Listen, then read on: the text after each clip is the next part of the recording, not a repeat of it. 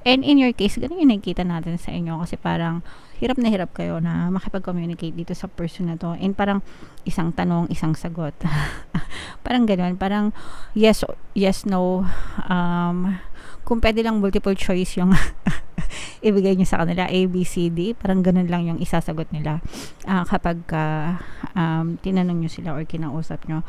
Hirap na hirap kayo na makipag-usap dito sa person na to. Kaya yung iba sa inyo, ayun yung frustration, no? Feeling ko guys, yung frustration is more on you. Nafu-frustrate kayo, ayan na, nakapangalong baba, literal. Parang nakapangalong baba kayo, no? Hindi ko alam kung napapansin nyo, pero kayo yung nafu-frustrate, mga kapiksi.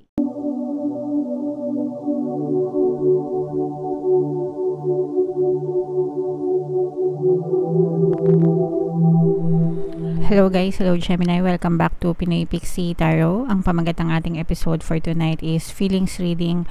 Ano ang nararamdaman niya sa iyo? So titingnan natin guys kung anong nararamdaman sa inyo ng inyong partner o specific person. General reading lang guys, pwede mag-resonate, pwedeng hindi. Combination ng positive and negative energy. Pwedeng ma-pick up yung energy nyo, pwedeng ma-pick up yung energy ng person nyo. Roles can be reversed guys.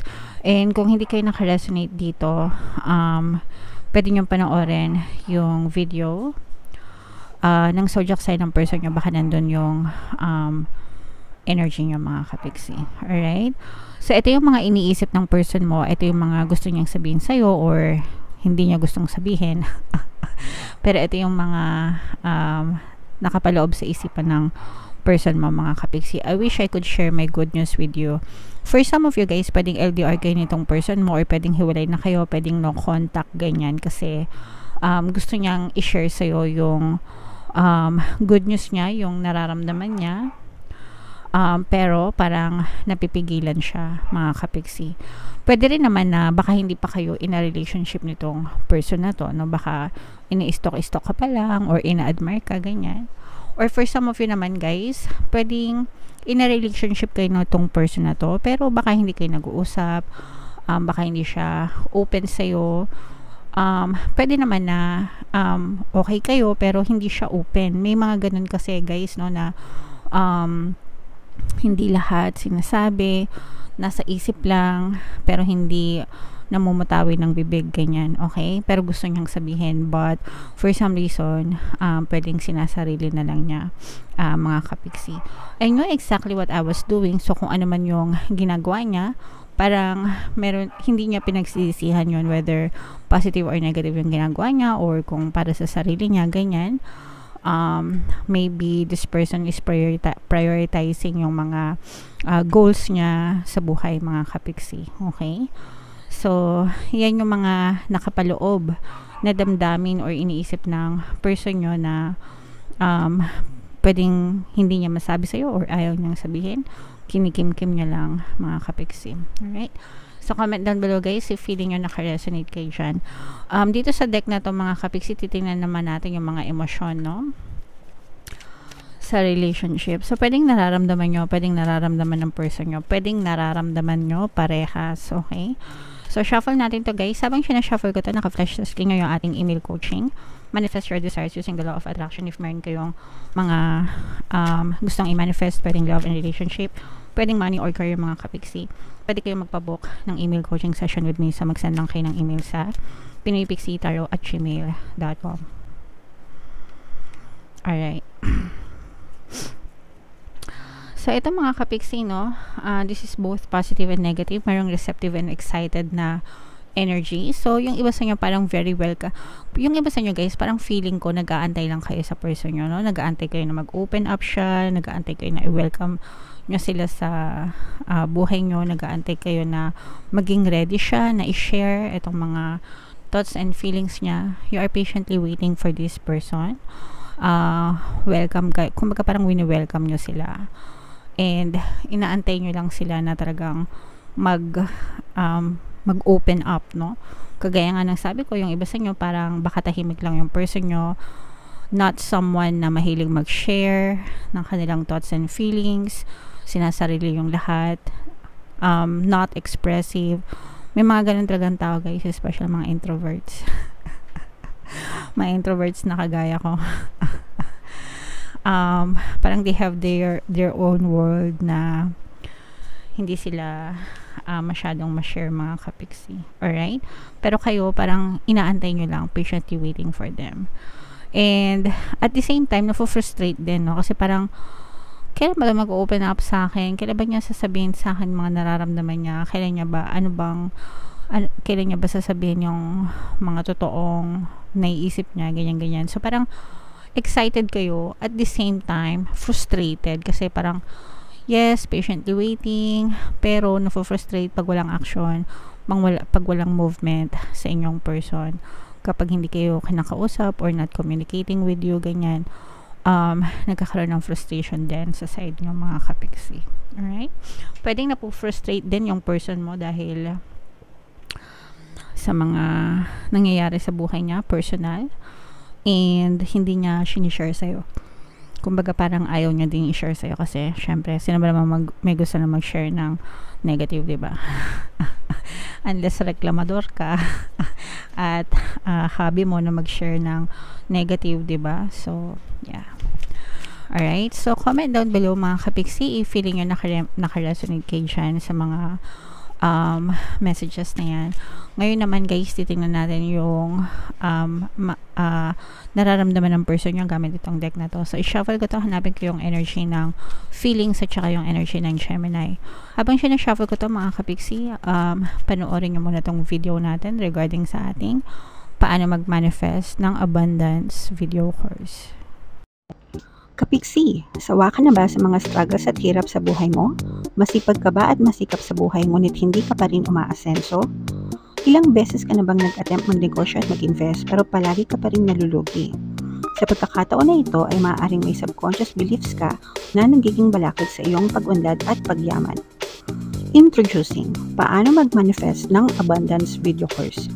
Dito ay matututunan mong ma-overcome ang mga balakid mo para tuluyan ka ng umunlad, umasenso, sumagana, maging matagumpay, successful at maswerte sa iyong kabuhayan, pera, trabaho, negosyo, salapi at kaperahan ng bonggang-bongga. Dali, mag-send na ng email sa pinoypixietaro@gmail.com at simulan na ang iyong pagyaman ngayon. Alright, so mag-avail na kayo ng course, kapiksi, sobrang ganda talaga niyan, and magbibigay ako ng 1 free pampaswerte subliminal sa lahat na mag-avail ng course until September 31, mga kapiksi. So mag-avail na kayo, guys. Alright, so ito yung feelings energy, mga kapiksi, tapos ito yung energy ng Gemini. For some of you, you may be dealing with some kind of a toxic na relationship, mga kapiksi, or parang feeling nyo medyo matigas yung ulo ng person nyo, or may pagka-stubborn siya, guys, or hard to deal with, no? Kasi nga parang, sabi ko nga sa inyo, yung person nyo, parang ang tipid-tipid niyang kausap, ang tipid-tipid niyang magsalita, not so very emotional, ganyan. And sometimes napapaisip kayo kung ano ba tong person, ano ba tong jowa ko, mahal ba ako nito or hindi, ano ba talaga nararamdaman nito, bakit ganyan siya, ganun. So may mga ganun kasi this person is not really expressive, mga kapiksi, and maaari may kinalaman din yun sa kanyang past life, wherein baka yung upbringing niya, ganyan, or personality mismo, no? There are people, guys, you have to understand na magkakaiba tayo ng personality, magkakaiba tayo ng preference sa buhay. May mga tao na very expressive, very sweet, very malambing, very malandi, ganyan. Pero meron din mga tao na very stiff, very protective. Sometimes kasi iniisip din nila kung ano yung iisipin ng ibang tao kapag sinabi nila yon or ginawa nila yon. So parang, or maaring na-experience din nila sa past nila before. Pwedeng dati malambing sila, pero dahil nagkaroon sila ng traumatic past, nag-iba na yung personality nila or preference nila, kaya hindi na nila inuulit. So may mga ganong factors na you have to consider. And in your case, ganun yung nakikita natin sa inyo, kasi parang hirap na hirap kayo na makipag-communicate dito sa person na to, and parang isang tanong, isang sagot. Parang ganun, parang yes, no, kung pwede lang multiple choice yung ibigay nyo sa kanila A, B, C, D, parang ganun lang yung isasagot nila kapag tinanong nyo sila or kinausap nyo. Hirap na hirap kayo na makipag-usap dito sa person na to, kaya yung iba sa inyo, ayun yung frustration, no? Feeling ko guys, yung frustration is more on you. Nafu-frustrate kayo, ayan na, nakapangalong baba, literal. Parang nakapangalong baba kayo, no? Hindi ko alam kung napapansin nyo, pero kayo yung nafu-frustrate, mga kapiksi, dun sa nakikita nyo dun sa person nyo or dun sa ugali niya.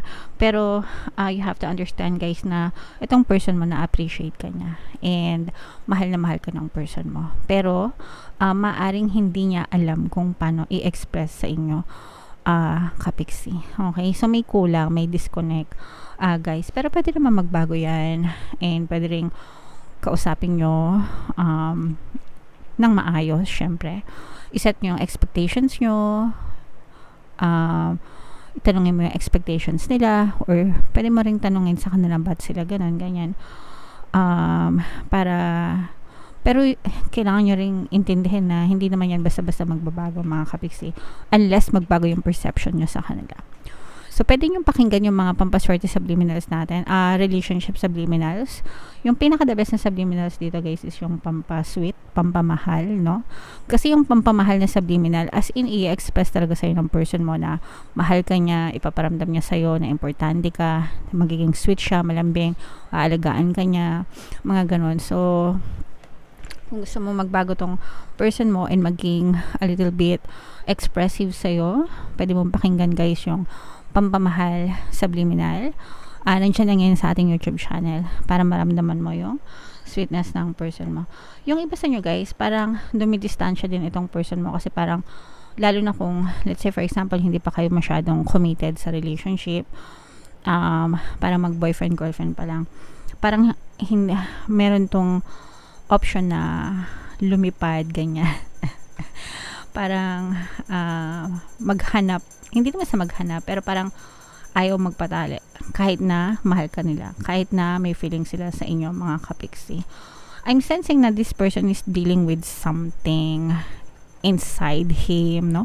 Meron siyang ayan, no, ito, I wish I can tell you how I feel. So it's either positive or negative ito, mga kapiksi. I want to tell you how I feel. It's either positive or negative to, pero parang meron tinatago itong person mo, na hindi niya rin maintindihan kung what's going on with them. So yeah, meron siyang personal issues, mga kapiksi.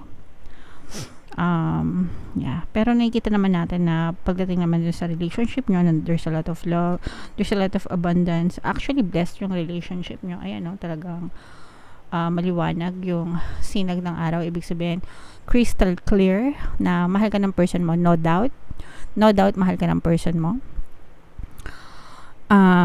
pero hindi nyo yun ina-express sa'yo, kaya ka nagdududa. Sometimes kasi, no, pag hindi nyo naririnig kung ano-anong naisip nyo. So, yeah. Alright. Comment down below, mga kapiksi, if naka-resonate kayo dyan sa reading na yan. Ito yung ating New Moon Kapalaran. Kung hindi nyo pa napapanood, guys, panoorin nyo na. And ito naman yung ating success stories ng paano mag-manifest ng abundance video course. Thank you for liking, sharing, and subscribing, mga kapiksi, and see you again next time. I love you all, guys. Have a nice day. Bye-bye.